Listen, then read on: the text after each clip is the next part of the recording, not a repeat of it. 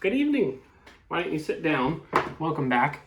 I am writing some notes down. I'm currently reading C.S. Lewis's The Allegory of Love. I just started that this week on Saturday, I think. No, actually on Sunday. So I'm just trying to keep up on notes, and I'm not doing very well at it. But I have all of these here prepared because I knew you were going to stop by, and I thought it would be nice to run through. This actually isn't everything I read in 2024, but it's most everything I read in 2024. So I thought I might just kind of run through that. The last couple of years, I normally keep a commonplace book of some kind, and the last couple of years I've kept a written record of everything I read. So this just has really kind of how I read through these things chronologically throughout the year. And it is just kind of nice to go back and see prior years and say, oh yeah, that was the first year that I read such and such. First year I read Beowulf or whatever. So I thought we might just kind of run through these. I'll probably run through these fairly quickly, but I would love to show you. So this first one here is a really awesome copy of Kristin Lavransdatter, which, if you're not familiar, is written by a Norwegian. Her name is Sigrid Undset. She won the Nobel Peace Prize, the Nobel Prize in 1928 for this trilogy, which is a novel. It's set in medieval Scandinavia, and it's about this person, Kristin Lavransdatter. It other than Lord of the Rings, because Lord of the Rings is something of its own beast, Kristin Lavransdatter might be my favorite novel after having read this. This copy itself was actually kind of quite the find. It was $16, and it's in really good condition. I found it, I went down to California for a friend's wedding, and before the wedding, I was sitting in a book and wine shop. It was awesome. And they sell books there and all that sort of thing. And so I came across this copy, this really great copy, and the guy said it was $16, and so I just had to have it. So there we go. But really awesome copy, incredible story. If you haven't read it, you really need to read it. Actually, that's not true. I don't know that I recommend that everyone read Kristin Lavransdatter. I think you have to be a particular kind of person with a particular life to read Kristin Lavransdatter.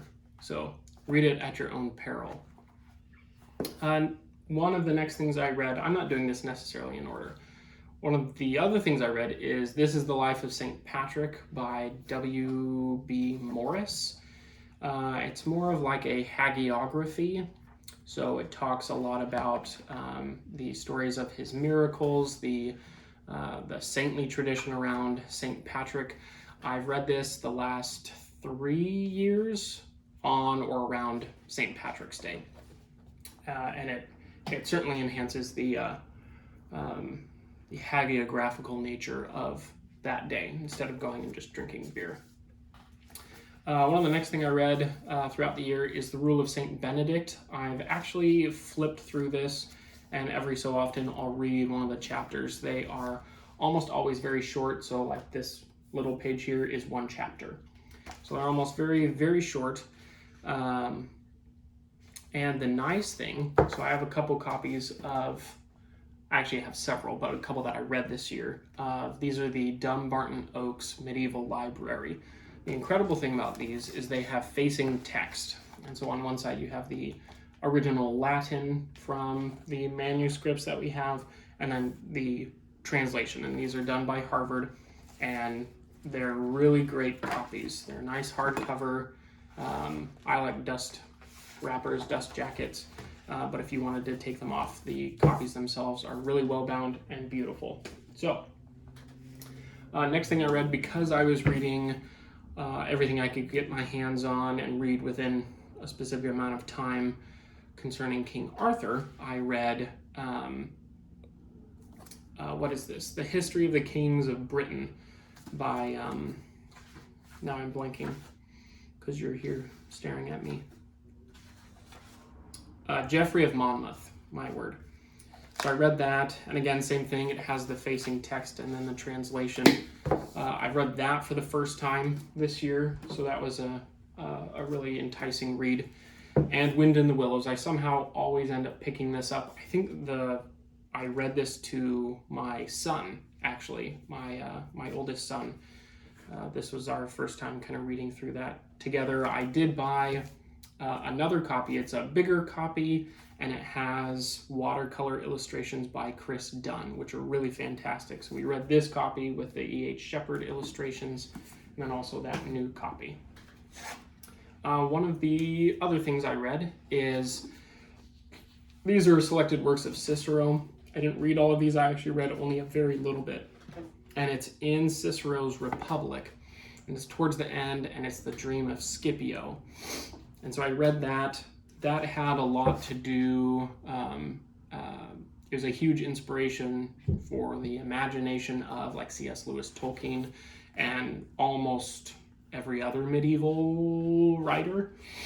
And then related to that is the commentary on the Dream of Scipio by this person, Macrobius.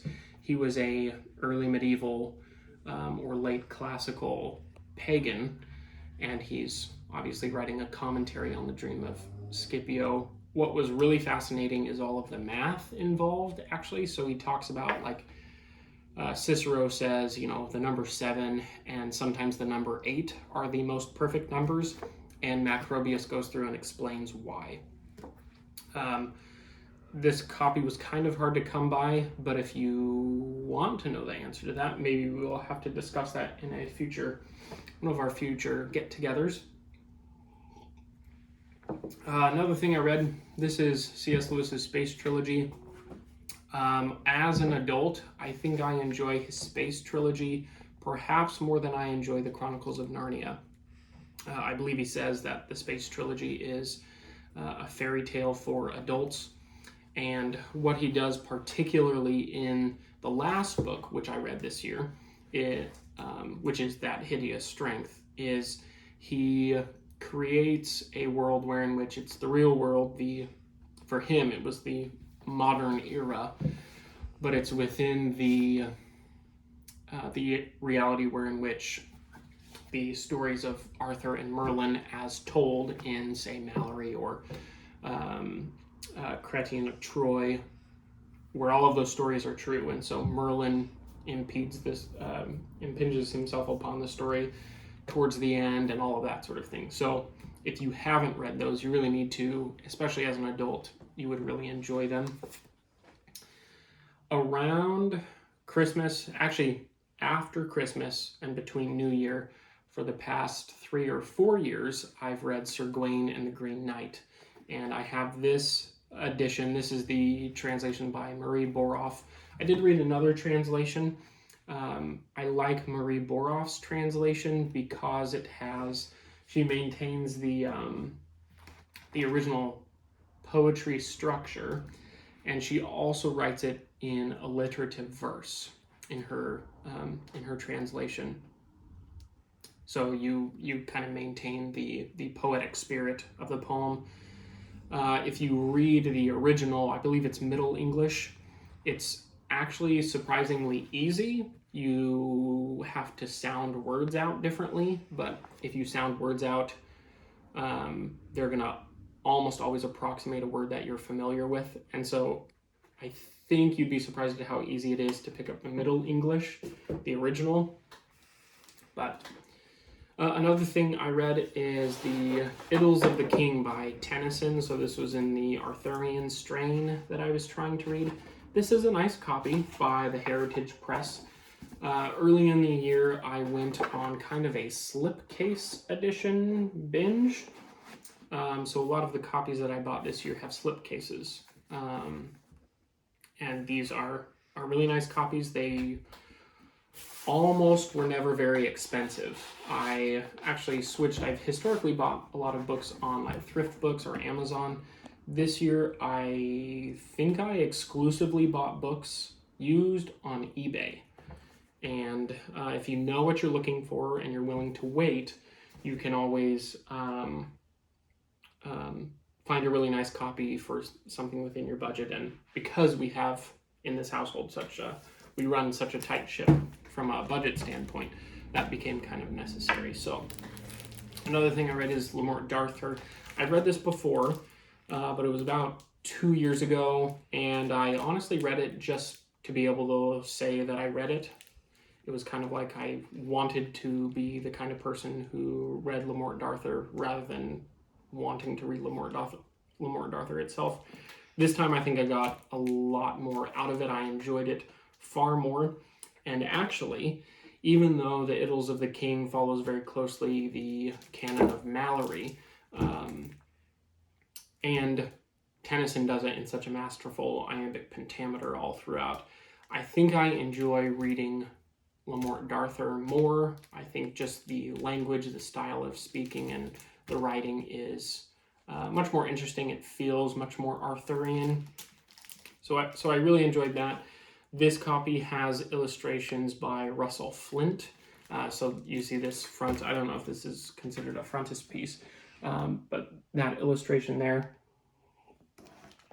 And it has a handful of those throughout, and they are really quite spectacular. I became familiar, this is King Mark and La Belle Isolde. I was introduced to a copy like this by Malcolm Guite, actually. A lot of my Arthurian collection was inspired by copies he has. Another thing I read is Virgil's Eclogues, and you can tell this is part of the slipcase here. These are some of Virgil's, I believe this is part of his bucolic poetry, which is concerned with farms, that sort of thing, pasture life.